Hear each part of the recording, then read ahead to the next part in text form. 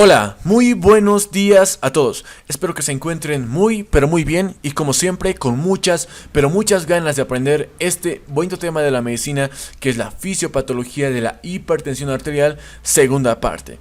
Sin más que decir, mi nombre es Cristian Pusarico Alcón, yo seré el expositor el día de hoy. Este es el proyecto Guía-Med. Comenzamos. Bien. Dentro del contenido, en el anterior video habíamos visto la parte de la definición de la presión arterial, la definición de la hipertensión arterial, los factores que intervienen en la presión arterial, los factores que regulan la presión arterial, entre estos el volumen intravascular, que era el sodio, el sistema nervioso autónomo, y el día de hoy hablaremos acerca del sistema renina-angiotensina-aldosterona. También hablaremos de los mecanismos vasculares, hablaremos de la patogenia y las causas de la hipertensión arterial, hablaremos de las consecuencias y morfología de la hipertensión arterial y finalmente hablaremos de las características clínicas que presenta un paciente con hipertensión arterial. Bien, comencemos. Comencemos primeramente recordando cuáles eran los factores que regulaban la presión arterial. Eran el volumen intravascular a través del sodio, el sistema nervioso autónomo, el sistema renina-angiotensina-aldosterona y finalmente los mecanismos vasculares. Recordemos un poco de los primeros, ¿ya? El volumen intravascular se refería básicamente al aumento del sodio, es decir, tenemos aquí una célula. Tenemos aquí al sodio, tenemos aquí el líquido extracelular, el líquido intracelular. Sabemos que el sodio se encuentra en mayor proporción en el líquido extracelular.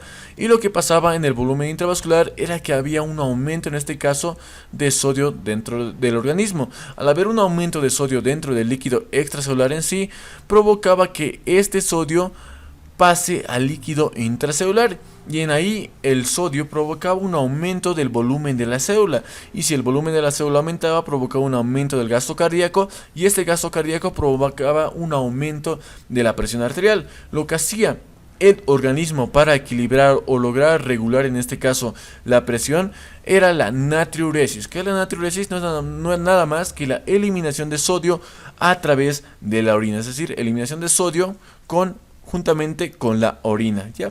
A través de eso lograba el equilibrio, por lo tanto el sodio volvía al líquido extracelular y la mayor parte se eliminaba y este lograba tener un equilibrio dentro del organismo que queríamos, ¿ya?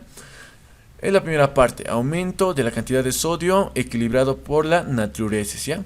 El siguiente factor era el sistema nervioso autónomo. Este sistema nervioso autónomo lograba regular la presión arterial a partir de las catecolaminas, es decir, la adrenalina, la noradrenalina, la dopamina, ¿ya? El sistema nervioso autónomo controlaba en este caso si había un aumento de estas catecolaminas o una disminución, y un aumento específicamente de la noradrenalina provocaba un aumento también de la presión arterial, ¿ya?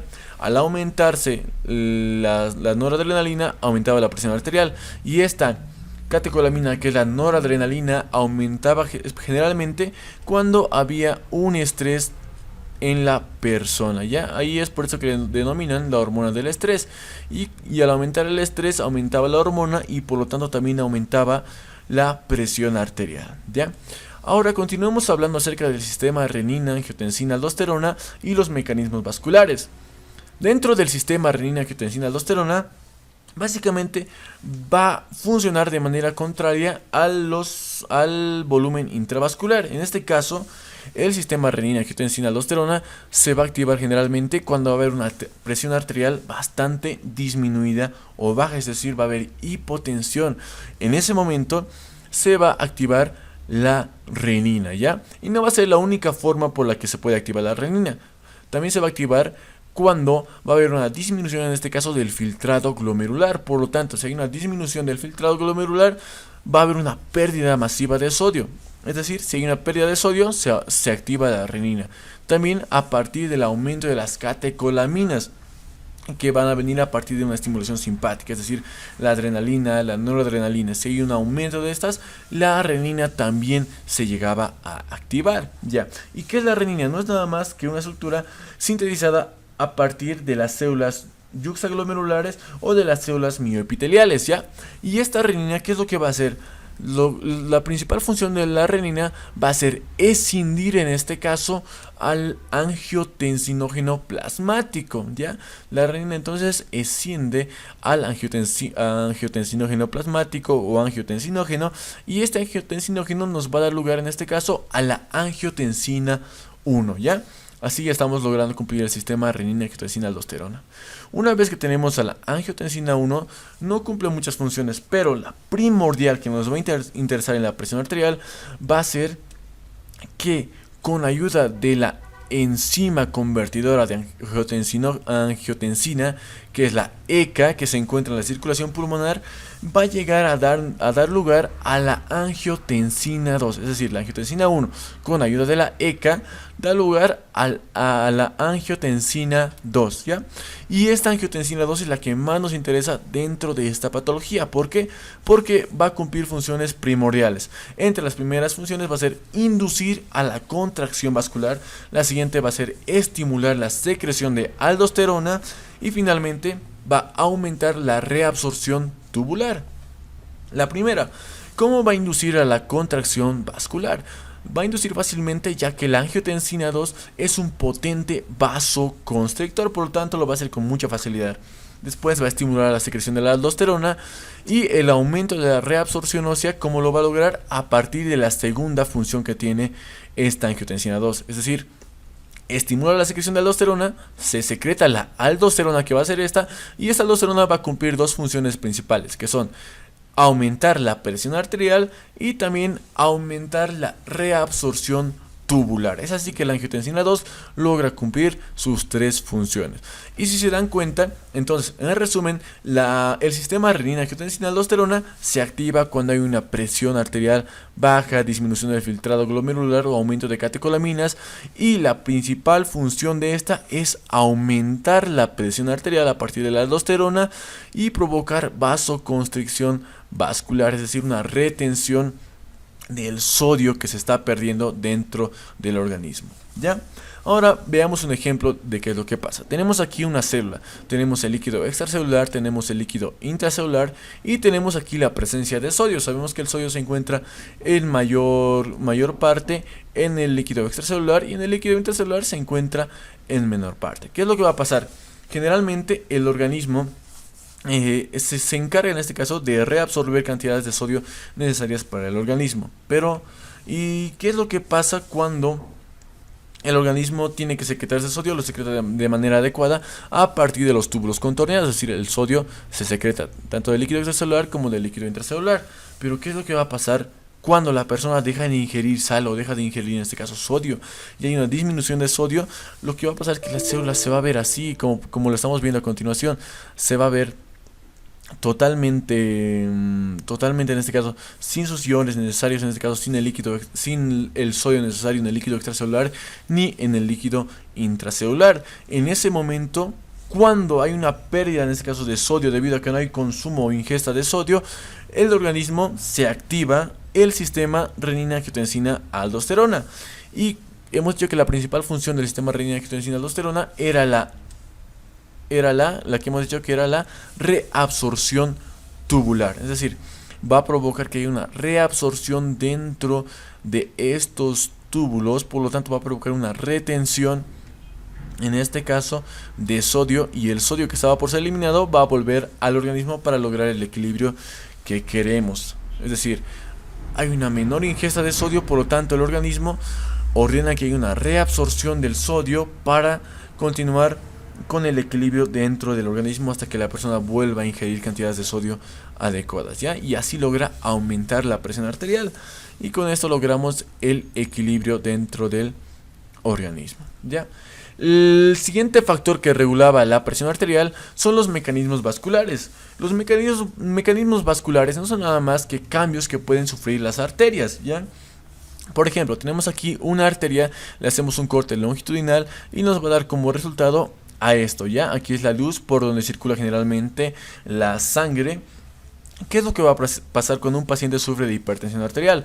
Cuando un paciente sufre de hipertensión arterial, lo que va a pasar es que esas arterias van a provocar bastante vasoconstricción, es decir, van a provocar bastante vasoconstricción que va a aumentar en este caso el grosor y tamaño de las paredes, en este caso, de esas arterias. Es decir, que va a haber una disminución del diámetro, en este caso, este diámetro va a disminuir hacia adentro, ¿ya? Y si hay una disminución del diámetro, va a aumentar la resistencia dentro del organismo. Ya habíamos dicho que la resistencia era un factor muy importante dentro de la presión arterial, ¿ya? Entonces, si disminuye el diámetro y aumenta la resistencia, nos va a dar como resultado una remodelación a partir de una hipertrofia o a partir de una hiperplasia, es decir, aumento del número de las células que componen los vasos sanguíneos o un aumento del tamaño, en este caso, de las células. Y nos va a dar como resultado esto: unas arterias con unas paredes bastante engrosadas que van a tener dentro a la sangre, que va a ser incapaz de circular de manera adecuada, por lo tanto va a llegar a provocar una hipertensión arterial. Entonces, si hay un engrosamiento, si hay un mecanismo vascular, un cambio que puede sufrir las arterias, puede haber un engrosamiento, va a provocar esto una hipertensión arterial debido a la resistencia de las arterias, ¿ya? Esos son entonces los factores que se encargan de regular la presión arterial. Ahora veamos cuáles son las causas de la hipertensión arterial y la patogenia. Dentro de las causas se divide a la hipertensión arterial en dos, ¿ya? Que son la hipertensión esencial y la hipertensión secundaria.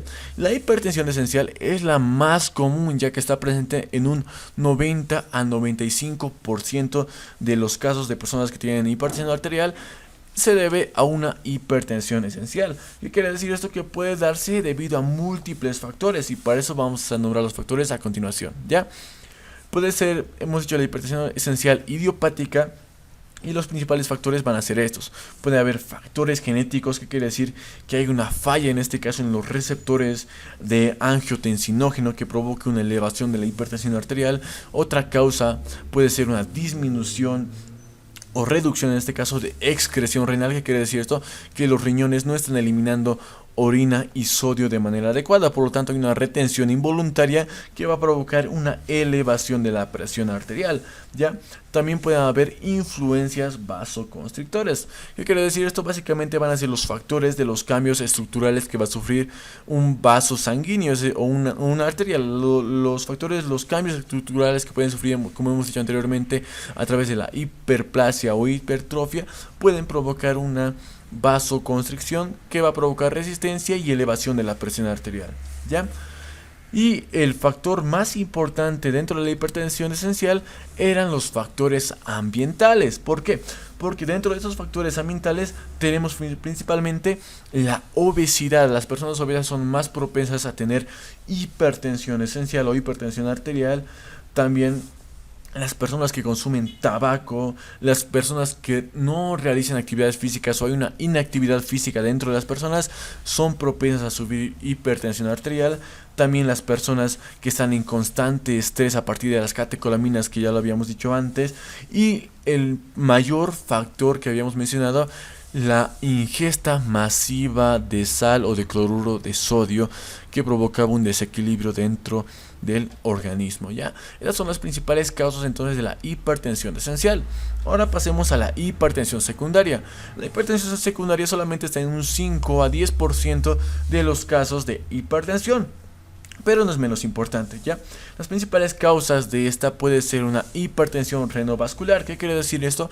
Que tenemos una arteria, por ejemplo, una arteria aquí, y va a haber una estenosis dentro de la arteria. ¿Qué quiere decir estenosis? Que la arteria va a estrecharse, ya va a haber un estrechamiento dentro de la arteria que va a evitar el paso correcto de la sangre, por lo tanto aumenta la presión arterial. Otro factor muy importante son los trastornos monogénicos, ¿ya? Entre estos trastornos monogénicos tenemos dos importantes, que son los defectos genéticos y las mutaciones, ¿ya? Dentro de los defectos genéticos, básicamente, como mayor factor vamos a tener al hiperaldosteronismo. ¿Por qué? Porque si hay un defecto genético, puede ocurrir este defecto, básicamente, ya que puede haber un aumento en este caso de las enzimas dentro del desarrollo que estén implicadas en este caso en el metabolismo de la aldosterona. Y si hay un defecto en el metabolismo de la aldosterona, van a provocar que una síntesis o síntesis masiva en este caso de la aldosterona, y por ende van a provocar un hiperaldosteronismo, ¿ya? La otra causa de los trastornos monogenéticos pueden ser las mutaciones. Las mutaciones básicamente podían ocurrir ya que pueden afectar en este caso a la reabsorción de sodio dentro del organismo, y a esta no reabsorción de sodio dentro del organismo, cuando las personas son bastante sensibles a la sal en sí, se le denomina el síndrome de Lidl, ¿ya? Entonces, recapitulando, las causas primordiales son debido a la hipertensión esencial en un 90-95% de los casos, ¿ya? Y la causa más importante era los factores ambientales a partir de la obesidad, el estrés y el que es el más importante, la ingesta masiva de sal, ¿ya? Y tenemos también la hipertensión secundaria, que pueden ser otro tipo de causas que ya hemos mencionado. Ahora veamos ¿cuáles son las consecuencias y la morfología de la hipertensión arterial? Para eso veamos primeramente cómo se ve una arteria en estado adecuado. Aquí tenemos una arteria que se encuentra normal, desde que tenemos la luz por donde pasa la sangre, la circulación, y esta arteria está en este momento de una manera adecuada. ¿Qué es lo que va a pasar dentro de aquí? Que cuando una persona tiene hipertensión arterial, generalmente va a haber un aumento, en este caso, de la pared, es decir, esta que es la pared va a llegar a engrosarse de forma anómala, ¿ya? Y la presión arterial nos puede traer como consecuencia a dos patologías subsecuentes a esta hipertensión arterial, que van a ser la arteriosclerosis hialina y la arteriosclerosis hiperplástica. Es decir, si una persona tiene hipertensión arterial, va a haber un aumento, en este caso, de las paredes de las arterias. Y si hay un aumento de las paredes de las arterias, va a ser propenso a adquirir esas patologías: arteriosclerosis hialina y arteriosclerosis hiperplásica. Bien, veamos cómo se ve la arteriosclerosis hialina. Se va a ver básicamente así. Como podemos ver, va a haber una pared que va a estar bastante, en este caso, engrosada. Van a haber un aumento, en este caso, de los depósitos, en este caso de proteínas, y como podemos ver aquí, la luz de la arteria va a estar bastante estrechada, lo que va a evitar en este caso el paso de la sangre, y va a haber algo mayor a una hipertensión arterial, ¿ya? En el caso de una arteriosclerosis hiperplástica vamos a tener algo parecido, pero va a ser así, ¿ya? Veamos, aquí tenemos la arteria y como podemos ver hay un engrosamiento, en este caso, de la pared de una manera increíble, y también hay una estenosis luminal, que quiere decir que hay un estrechamiento, en este caso, de la luz de la arteria, y hay una obliteración consigo de la arteria, es decir, no hay un paso adecuado, en este caso, de la sangre, que va a ser esta, que tiene que pasar normal por la arteria. Ya la arteria tendría que estar hasta aquí, por lo menos, para permitir el paso como en una arteria normal. Entonces esas pueden ser las consecuencias de la hipertensión arterial y la morfología que puede tener, en este caso, la hipertensión arterial, es decir, un aumento o engrosamiento de la pared de las arterias, ¿ya? Ahora veamos las manifestaciones clínicas de la hipertensión arterial. Dentro de las manifestaciones clínicas de la presión arterial hay que recordar lo que habíamos visto al principio. Habíamos dicho que la hipertensión se clasificaba en grado 1, grado 2 e hipertensión elevada, ¿ya? Generalmente la hipertensión arterial no muestra signos o síntomas que puedan ser reflejados o que puedan ser vistos fácilmente. Es decir, la persona no muestra manifestaciones clínicas fácil. Lo hace sí cuando esta presión arterial llega a aumentar de una manera intermitente, es decir, que no solamente puede ser una hipertensión presión elevada, sino que ya puede llegar a convertirse en una hipertensión de grado 2 o hipertensión de grado 1. En ese momento la persona ya muestra características clínicas que la caracterizan. Entre estas características vamos a tener la primera, que va a ser la cefalea. Van a haber vómitos, van a haber náuseas. La cefalea, que sabemos que no es nada más que el dolor de cabeza de la persona, y como he dicho, cefalea y náuseas. Pero estas características clínicas como que no son tan características o no nos permiten en este caso hacer un análisis concreto de qué patologías, ya que esas patologías son muy generalizadas y generalmente aparecen en varias enfermedades, ¿ya? Pero las características clínicas que sí nos pueden determinar que se trata de una hipertensión arterial son las siguientes. Entre esas tenemos al tinnitus. ¿Qué es el tinnitus? No es nada más que en este caso cuando la persona empieza a escuchar como zumbidos o sonidos en el oído que en realidad no existen. Ahí se denomina tinnitus. Y esto siempre está presente en la hipertensión arterial. Otro, los escotomas. ¿Qué quiere decir? Que va a haber una falla en este caso de la visión, ya que la persona va a lograr ver todo el panorama, pero con presencia de una especie de mancha o algo negro que tape en este caso la visión de la persona. Otro punto muy importante es la precordalgia. ¿Qué quiere decir esto? Que va a tener una sensación de dolor, en este caso en la parte del pecho, específicamente donde se encuentra el corazón, ya que habíamos dicho que si aumenta la presión, también van a aumentar las contracciones que realiza o las compresiones que realiza el corazón. Y si aumenta esto, va a haber una especie de dolor en la región torácica, ¿ya? Otra característica clínica es que las palpitaciones van a ser más elevadas dentro de la hipertensión arterial, ¿ya? Otra característica es que va a haber parestesias. ¿Qué quiere decir esto? Que la persona va a sentir una sensación, en este caso, de hormigueo, ya sea cuando se levante, cuando se despierte o cuando esté por un tiempo sentado en el asiento y se levante, va a sentir una sensación de hormigueo generalmente en los miembros inferiores, ¿ya? Y la última característica clínica, pero no menos importante, es la nicturia, ya que las personas que en este caso sufren de algún trastorno, en este caso debido al sodio, a lo que está provocando el sodio dentro del organismo, van a provocar nicturia, que no es nada más que la eliminación o la orina en este caso en la noche. Es cuando la persona frecuentemente está miccionando durante la noche, generalmente para eliminar en este caso el exceso de sodio que existe en el organismo, ¿ya? Y con esto hemos llegado al final del video. Espero que les haya gustado mucho la hipertensión arterial segunda parte. Si les ha gustado, no olviden darle me gusta al comentario, o sea, no olviden darle me gusta al video. Si ha quedado alguna duda, no olviden comentar en los comentarios las dudas que tengan, o comentar de qué otra patología les gustaría que haga otro video. Y también no olviden darle en este caso me gusta a la página, estamos como Guiamed. No olviden compartir este video con sus amigos, la verdad me ayudarían mucho. No olviden suscribirse al canal, ya estamos ascendiendo poco a poco y vamos a llegar lejos. Y otra vez espero que les haya gustado. Muchas gracias por todo el apoyo. Y sin más que decir, mi nombre es Cristian Puzarico Halcón. Yo fui el expositor el día de hoy. Este es el proyecto Guiamed.